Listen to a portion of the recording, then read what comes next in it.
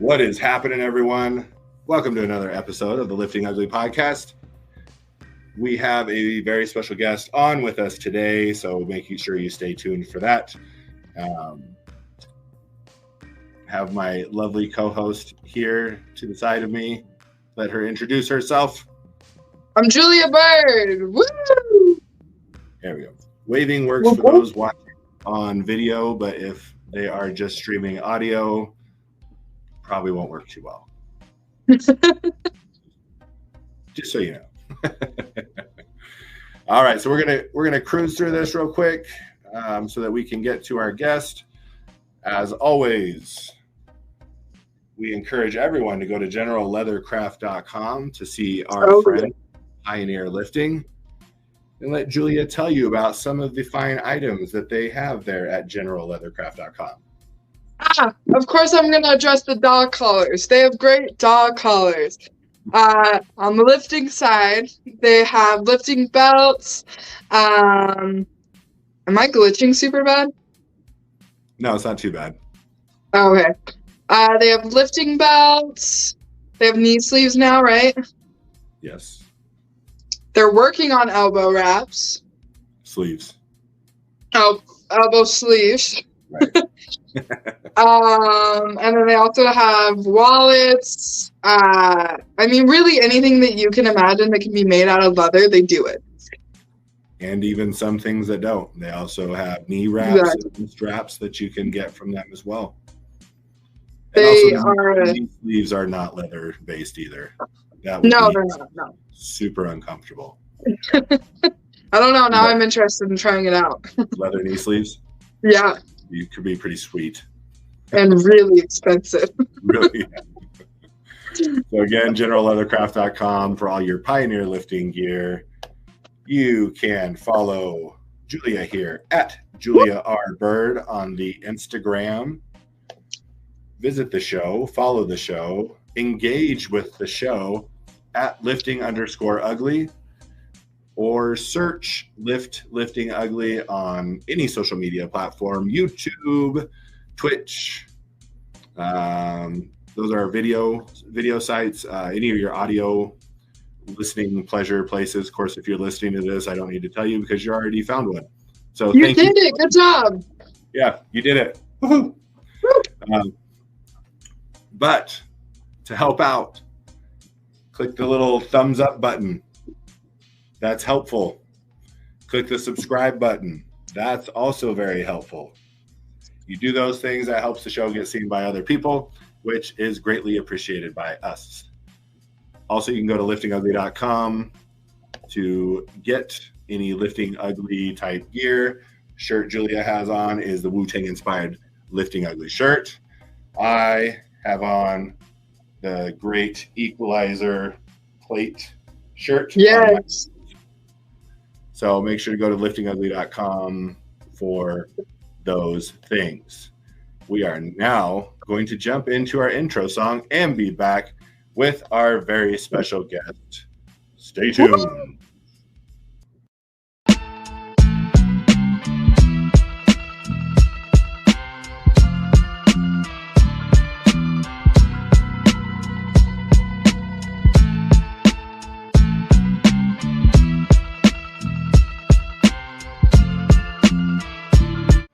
And welcome back, everyone, to the Lifting Ugly podcast.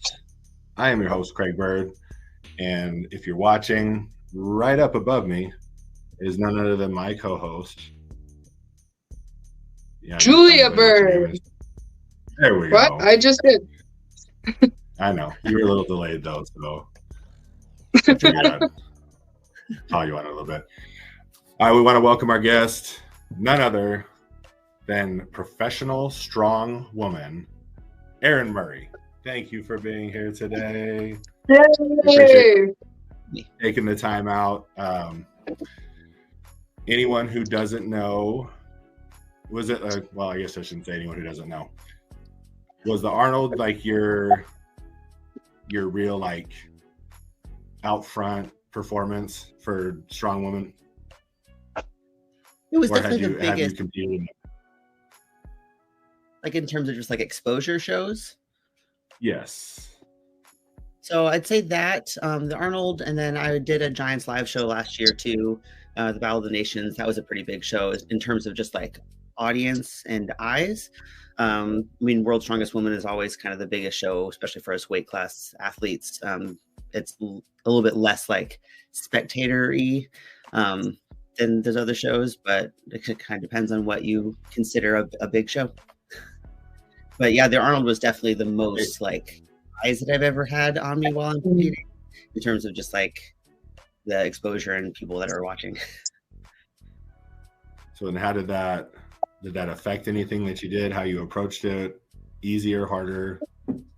You know, honestly, the first time I really was going to have a big audience was at the Giants live show last year.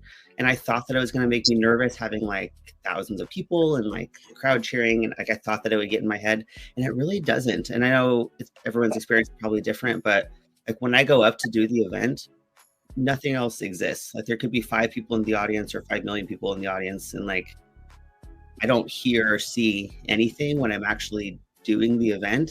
So it's more like the aftermath. It's like walking out and then like finishing and seeing everyone there. But when it's actually time to compete, I feel like it doesn't really matter because like my blinders are on and I don't really know what's going on around me anyways. Just focus on the task at hand. Everything else is kind of it seemed like as soon as the event is over, like you're done with that final lift or whatever it is, then that's when like the crowd, you kind of re-notice the crowd. Yeah, because then it's cool, especially when it's something that goes well and it's exciting. Like and there's that excitement. It is crazy to look up and see that there's like thousands of people celebrating with you. That's when it kind of like hits, and it's like, wow, like that was exciting for me.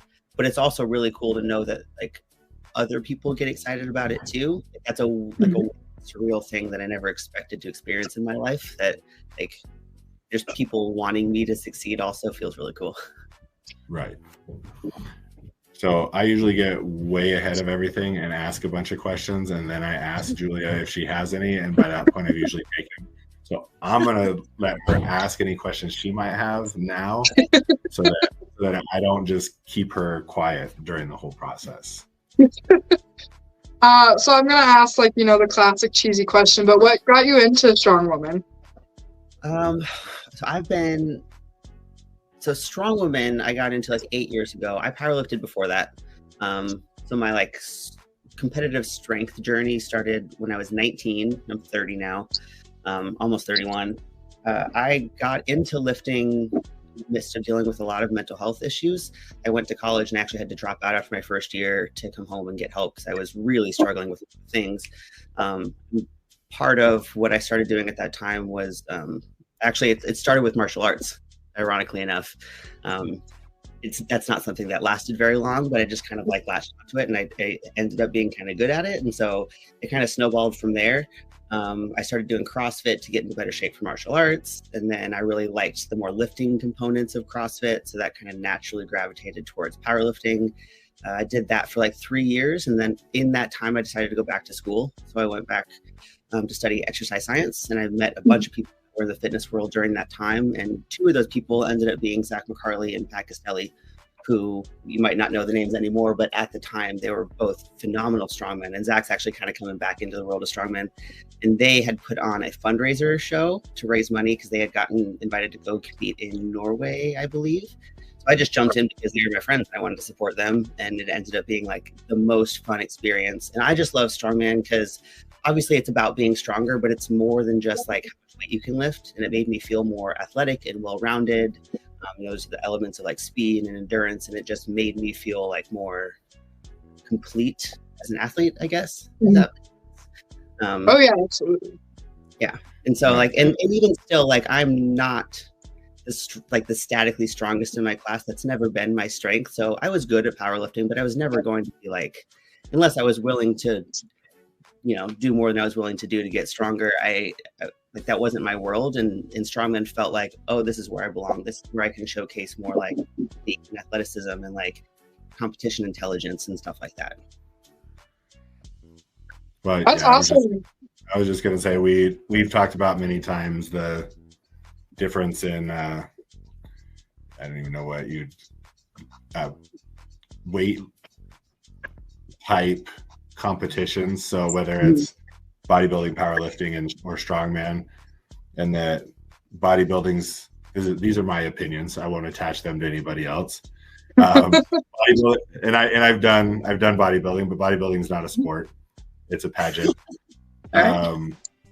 Powerlifting is on the cusp. Like there's sport to it. Okay. But I don't. Powerlifters are athlete-esque. So what's your stance on weightlifting then? Like Olympic weightlifting? I would say they're definitely athletes. Okay. Because there's a lot more movement to it. And then strongmen, strong women is probably one of the most athletic parts of the whole strength-based gym competition world. Yeah. It's not something I can do anymore. I'm too broken to do any of it, but I sure enjoy watching anytime I can, just because I do appreciate the world. I'm curious, because some people, do you include CrossFit on that spectrum? I usually don't include it on any spectrum. They are athletes for sure. I mean, like the stuff they do is crazy athletic. I think it's better now than when it first became a big thing, just because a lot of people didn't teach it correctly. Yeah, there was a huge wave of that. Yeah, and so you just saw people getting hurt left and right from crazy type of lifting, and now nobody training them how to do it. Yep. And so they're just and I feel like I started to get away from that, but I always I laugh and joke because I kind of feel like strongman is almost kind of like heavier CrossFit with weirder objects and less endurance. Yeah. But in terms of like the well-rounded of the events, usually. But it's more fun to watch than a CrossFit game. So with, because I've always been interested in eventually transferring over from powerlifting into Strongwoman. How was that how was it going from one to the other? Like, what was like the main difference? So there was a lot of technique that I had to learn. And I admittedly, looking back, I would do it differently because my first couple of years of strongman, I know that I just kind of tried to strength my way through movements. Mm-hmm. And eventually, for a lot of reasons, one of them being an injury, I kind of had to like step back and relearn everything. I think it's really easy when you're transitioning from like powerlifting to strongman to just kind of like strength your way through the events and not necessarily slow down and learn how to do them properly.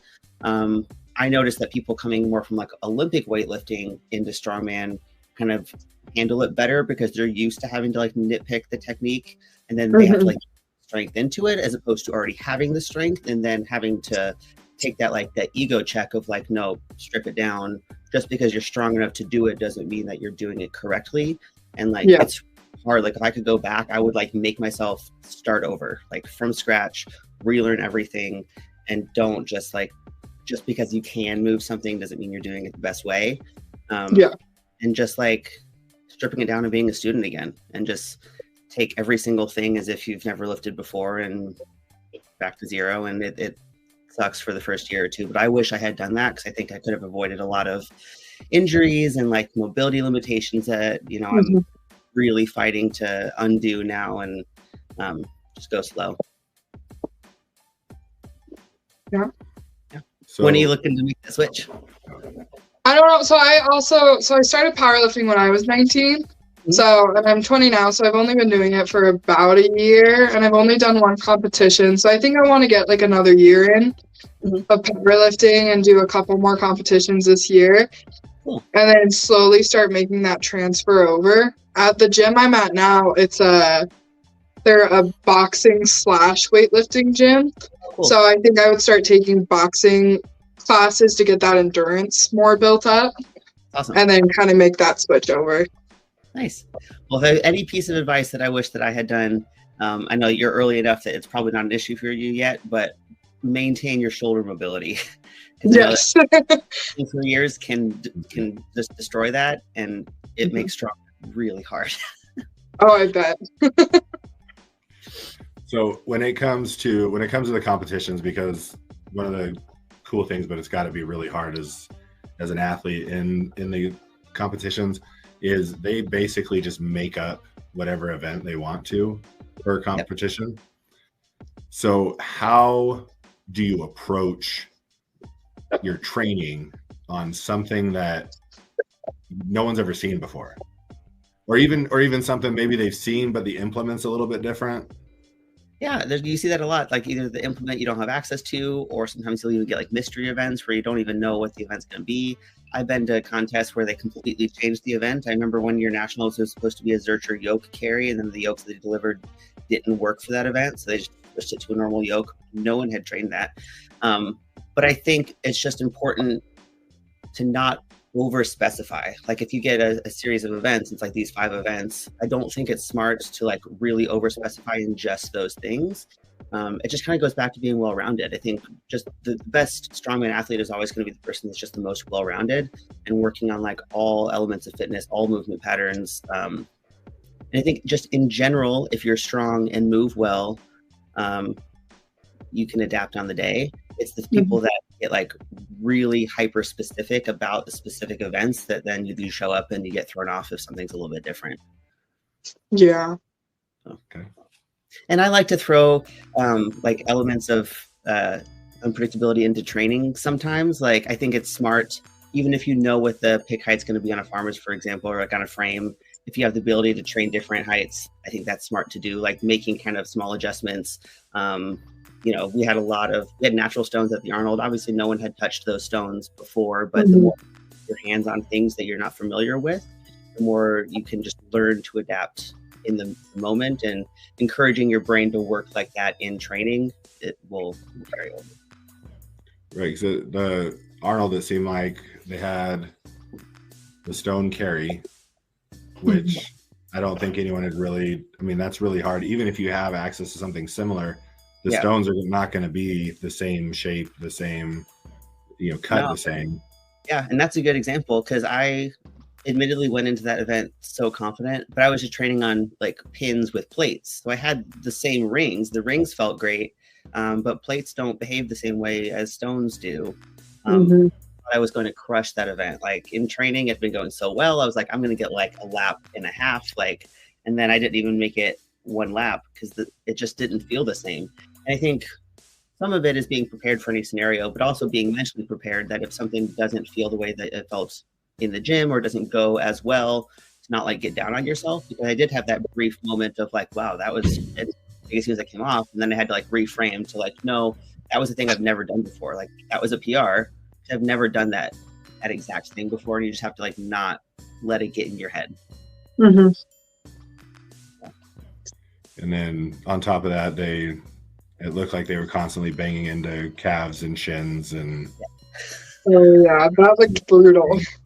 Yeah, I was surprised that event. I thought it was going to be more of a grip event. So, and my grip has always kind of been something that I've struggled with and had to work really hard. So we worked on like the grip aspect of it so much.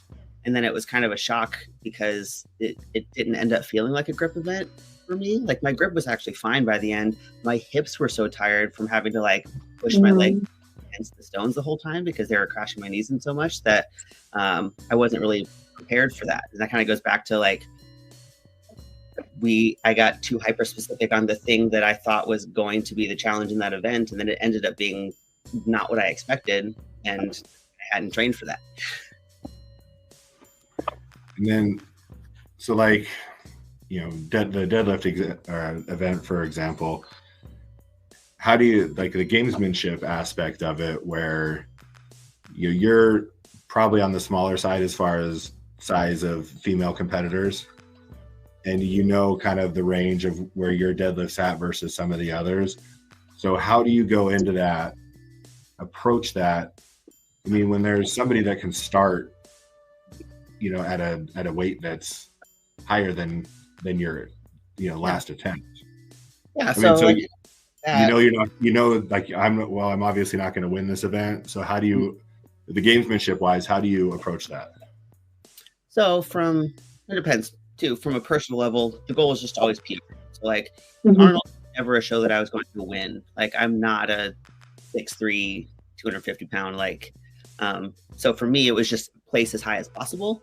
And I think the goal should always be to PR on the contest floor. I think when people try to like push too far is when you start getting hurt. Like you're not going to gain 50% strength increase in a single day just because you try hard. Like I think the goal should always be to PR. So that was the goal. And then for something like that, not looking at what are the top women in the group doing, but what are the women that are most closest to my skill level doing? Like if I'm hoping to take somewhere in like the bottom middle of the pack, like what athletes am I expecting to be close to me? And then kind of gaming jumps to either force them out early or force them to go like quicker. And thankfully I have a great coach that like took care of that for me, so I didn't have to think about the numbers. So we kind of talked generally beforehand about like what range was I comfortable opening at, what range did I kind of want to end at, and thankfully I had a coach that could kind of take care of like how to plan those jumps in between. But with an event like that, especially when it's rising bar, there's a lot of strategy that goes into picking weights that kind of force your competitors to either have to go a little bit heavier than they want to, or to maybe have to like go immediately after themselves.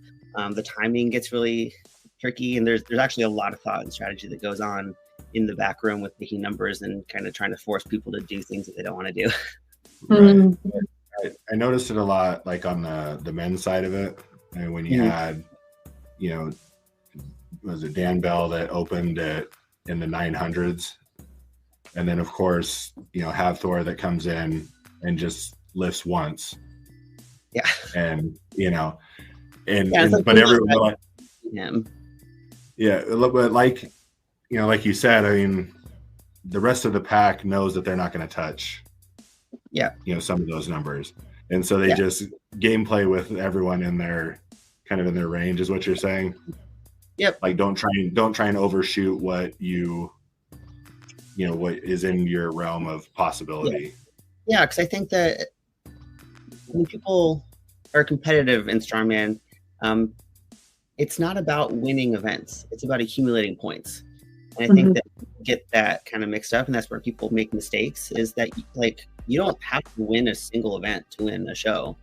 And sometimes pushing yourself and trying to win an event and picking numbers that are out of your ability and being dumb about it could actually cost you the title if you have a short-sighted mindset of I need to win this event instead of how does this one event play into the greater picture of this whole show, and how many points do I need throughout the show consistently to place on top, not necessarily just one event at a time. Right. So I think you saw that with, if I remember correctly, Hooper. Oh yeah, he's like a craftsman with playing the numbers. Good game. That. Even on the deadlift, like he was capable of deadlifting more than he did that day, but he didn't need to, because he knew he wasn't going to beat Thor.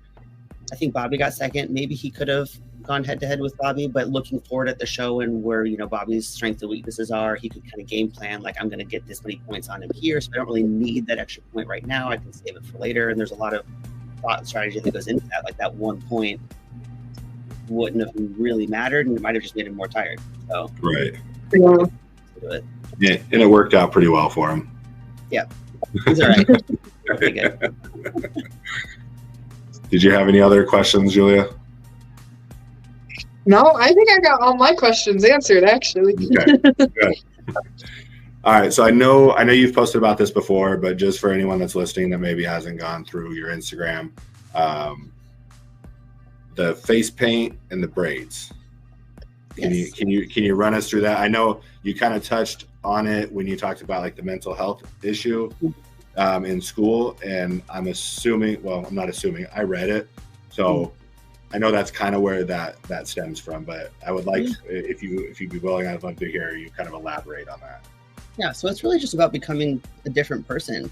And I've gotten a lot better, but my whole life I've always struggled with like social anxiety, performance anxiety, stage fright.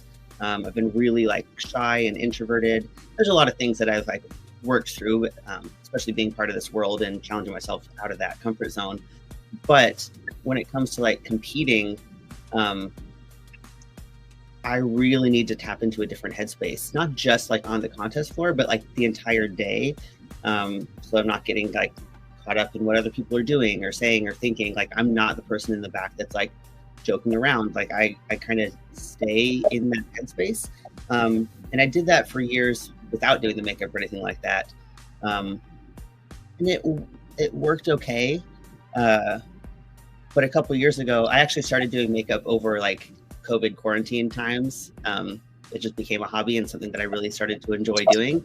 And so my coach and I actually had this idea of kind of merging the two, of like actually kind of creating a new persona, like to show up as someone else. And it's nice because it allows me to kind of start the day in a relaxing way. It's kind of just like some quiet time to myself where I can just be artistic and kind of get my head out of being nervous or whatever is going on.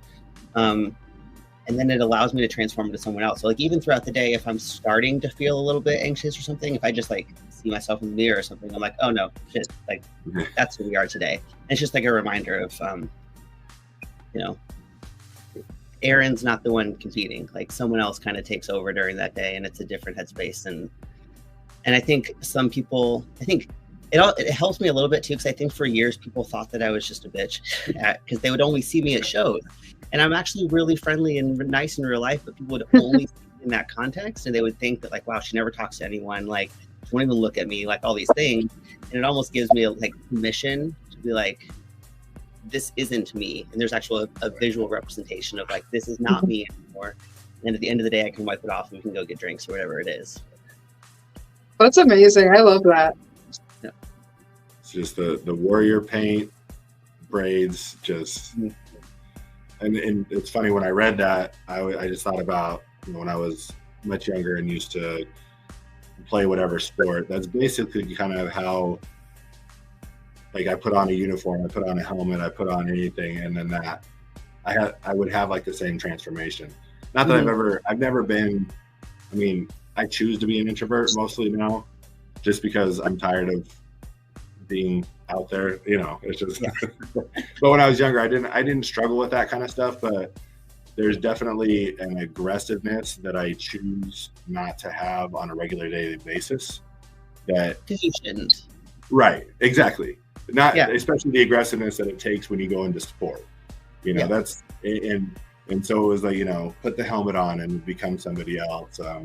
In the meet that we did in November, it was like once the singlet went on, it's, you know, you're like, okay, this is who I am. This is what I'm doing.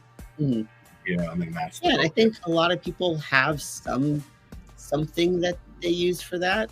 I think mine is just very in your face, but I think a lot of people kind of have something that gets them into that headspace, whether it's like certain music that they listen to or, you know, whatever it is. Mine's just a little bit out there. When I saw you walk out, I was like, all right, that's like the coolest thing I've ever seen. It was awesome. I was like, I didn't even know you could do that, like that they would let you do that.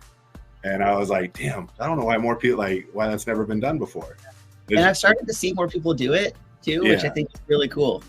Yeah, no, it's amazing. So how long does that take? Like braids, and I know that probably goes at a different time. So the braids, that's more, I'll do that before. That takes like 5 hours to do before, but I leave them in. That's more a product of, I shaved my head last year because I killed my hair after 15 years of straightening and bleaching and dyeing and all those things. And I was like, but this, whatever this is, doesn't fit with the war paint very well. So no, we have the same thing. Yeah, the same here. So we're with you on that. Yeah, it's a new addition. The makeup probably takes an hour and a half in the morning, but I do feel like every year, like I keep having to like up the ante a little bit, and like I'm running out of ideas. I keep saying that, but then I come up with new ideas. But I feel like every year, like do a little bit more. So I don't know, maybe it'll start taking longer. So you mentioned that some people use music to focus. Do you use music to help you focus going in? And Not if really. so, okay, so it's I have not driving I have force. one song. Sometimes if I'm feeling like I need something, it's a Requiem for a Dream. There's no lyrics.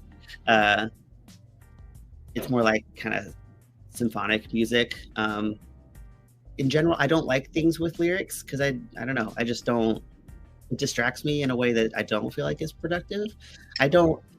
I in general don't like wearing like headphones or earbuds. I have like sensory things or something that like makes me feel phobic, and I don't like not being aware of my surroundings. So if I can choose to like have a song on in the background, I'll choose that song. But I'm not usually a fan of headphones. It makes me feel like I'm not aware of what's going on.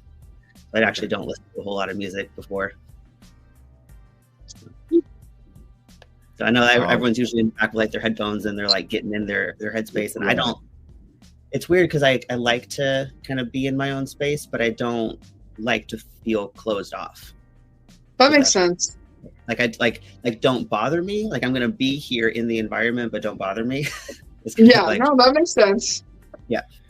Well, and with everything else you said, it does make sense in the way that it seems like if you have headphones on and it closes you off, it feels like it could potentially be like not really a safety thing, but kind of a, you feel more comfortable being aware of your environment around you than being completely just narrow and closed. Yeah. Around. So, I mean, it makes sense. I just, like you said, I think kind of people everyone's got their thing and their way of just gotta figure out what works for you. Yeah. Yeah, I think everyone needs to figure out what works for you, and like if it's weird, like don't apologize for it. Like no. Like at first, like the first time I did the war paint, there was a little bit of me that's like, this might be embarrassing. Like, especially if I don't perform well, like am I gonna look dumb? And I think people like let go of that. Like if something helps you and like helps you feel confident, then do it. Like that's your day to showcase what you've worked for, and like whatever helps you do that better. And I don't have to worry about what's normal. No. Well, especially in these worlds, nothing we do is normal.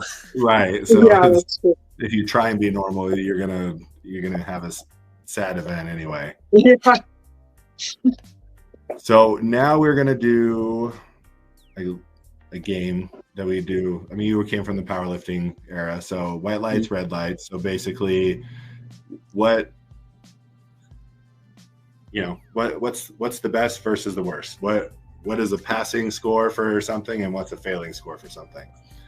And so I'll ask first, what is your knowledge of superheroes? Are you a superhero fan? Very casually, but minimal knowledge. Okay. But you know who like characters are, like general characters and stuff. General. Yes. All right. So the one I thought of is we're going to do a couple actors who have played superheroes and multiple superheroes. And so which one of their superheroes they played was the best one. Okay. Oh, okay. So first is Chris Evans. If you know Chris Evans. Yep. Okay. So one of Chris Evans' superheroes that he played is obviously Captain America. That's the most known one. The second one is he was the Human Torch in the first Fantastic Four movie. That's right. He was. I forgot about that. Obviously, Chris Evans as Captain America has more notoriety, but which character of Chris Evans gets white lights? I wouldn't say which one gets red lights. How about we do which gets three whites and which one gets 2 whites? We won't completely fail one of them. All right, that's nice. Is this in terms of like my opinion? Yes. Yes. I'm gonna go with Human Torch because I've never been a huge Captain America fan. I'll be honest, so I'm gonna go with the Human Torch. He's too good. He doesn't. Yeah, it's too like. He doesn't have that. Yeah. Captain America doesn't have that gray. Yeah, you need to have that little gray area that'll, I agree. To make some decisions. Yeah. All right, Julia, where are you at with it? Oh, definitely. I mean, the original Fantastic Four movie is one of my favorite superhero movies, and most of that is because of the Human Torch, so I have to go with the Human Torch. And also, like, I feel like Chris Evans, I mean, he played Captain America great, but I feel like he fits the Human Torch more. He was able to be more sarcastic. Yeah, and I feel like that's more, fits, but I don't know. I feel like he just played the Human Torch better. All right. And then the second one, speaking of sarcastic superheroes, we're going to go with Ryan Reynolds. I knew it. He's sarcastic. So Ryan Reynolds, you can say he's played 2 superheroes, but I'm going to say it's 3. So obviously we all know him as Deadpool. Mm-hmm. There's also Green Lantern. And then there's also Deadpool from the X-Men that he did, which was same, it's still Deadpool, but it was a different Deadpool. Oh, I know what you're talking about. Okay. Yeah, they sewed his mouth shut so he couldn't talk, and he didn't have the suit. I mean, this one's kind of easy for me anyway to categorize them, but I just thought it was funny that we have guys that play multiple superheroes within the same. Yeah, I'm gonna go with Deadpool. I'm gonna be honest, I haven't seen Green Lantern, so I can't attest to that. But I'm gonna just you are not missing much by not seeing it. So I didn't hear great things, so I didn't bother. Right. I was just with the original Deadpool. Okay. So Deadpool, probably Deadpool who can't talk, and then Green Lantern. So I can't remember which X-Men it is, but one of the X-Men, it's X-Men Origins Wolverine. Oh, okay. That's because he fights Wolverine at the end. Yeah, he's Ryan Reynolds in the beginning, and all he does is talk shit and kill people with swords, and then he gets transformed into a version of Deadpool. Mm-hmm. I thought it was a good character, but definitely. Are you choosing the no mouth Deadpool? That's number 2. Okay. His Deadpool character now is like flawless. It's pretty great. I mean, it's a you don't even have to like comic books or anything to appreciate the Deadpool movies. Yep. I'm actually going to go in a little bit of a different direction. Uh-oh. Deadpool, like Ryan Reynolds' Deadpool, like the current one is still number 1. But for some reason, I actually really enjoy Green Lantern. And I am definitely in the minority there, and I know it. And it's like my guilty pleasure is I actually really enjoy Green Lantern. So it'd be Green Lantern and then Quiet Deadpool. All right. And then his Deadpool now is the last one? No, Deadpool now was the first one, and then Green Lantern. Oh, okay. And then, Okay, gotcha. The different podium order. Yeah, gotcha. Okay. Yeah. All right. Well, we're going to wrap it up. But like I said, try not to take too much of your time. One thing I do want for you to do before we go is kind of plug and promote anything you have, anybody you work with, sponsors, your own social media, whatever. Yeah, so you can find me on social media. It's e.murray_pro.strongwoman. Really trying to build that, especially Instagram up right now. Recently started working with Silverback. You can see I've got their shirt on. They're primarily a UK-based company, but working on coming over to America, and their products are amazing. Super excited to be working with them. They've got a whole new line of like supportive equipment. Also working on a whole lot of new women's clothes. So I've only been with them for a couple months, but I reached out to them at the beginning of this year because I was really excited about what they were doing. And just really excited to see where they go over the next couple of years as they kind of emerge more into the equipment side of things. So, and then I work with Reach Supplements. They're also a fairly new company. Silverback's not new; they're just kind of newer in the States. But Reach is new as of last year. They're really working on putting together like really holistic supplements. They have a pre-workout out now that has like greens and creatine, electrolytes, nootropics, and like all this stuff. They're doing really cool things, and they have a lot of really cool new products coming out soon. So all that's going to be over on my Instagram if you're interested in seeing what's new with that. Sweet. And what I'll have you do, if you can send me or I guess if the websites and everything are attached to your Instagram. Yep. Okay. What I'll do is I'll attach those to the description in the show, so that way anyone can go down and look at the info, and they can click the links directly to supplements and your Instagram page as well. Okay. Awesome. And not just the supplements, but the supplements and then the Silverback as well. Appreciate it. Well, thank you again for coming on. We do appreciate the time. This is going to be released at like a normal time, not just like on a random Tuesday. So well, we're going to release it. So as far as anyone knows, this is Saturday. So thank you for taking your time out and joining us. I appreciate it. Look forward to just kind of seeing your development and moving forward to the next events. When is your next event? So kind of unsure. I kind of had a rough idea for the year, but they did just announce that the Rogue Invitational is inviting women. And I don't know how they're going about doing the invites. I'm not sure how they're picking athletes, but I'm crossing all of my fingers and toes for an invite to that. I think last year the invites went out in like May timeframe. So at this point, just kind of waiting to see what happens with that, because that would be the priority. So things are kind of just on pause right now. But in the meantime, just kind of crossing my fingers for an invite to Rogue.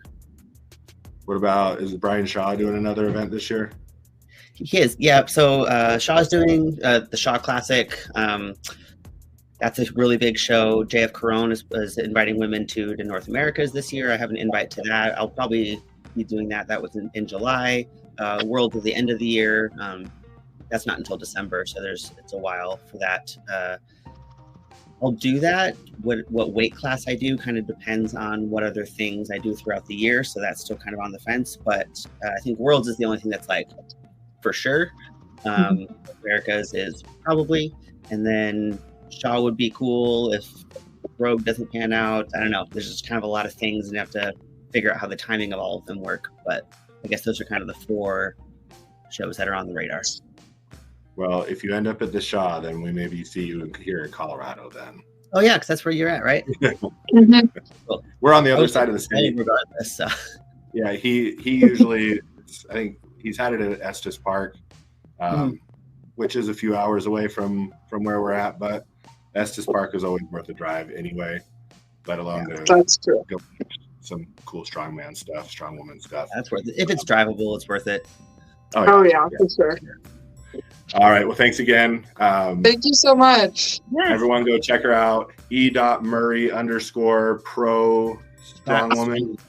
Long title. So check that out at Instagram. If you want to second guess any of those, just check the info. I'll have links to everything associated with Erin Murray here at those locations. Again, thank you very much, and hope everyone has a great day. See you later. Thank you so much.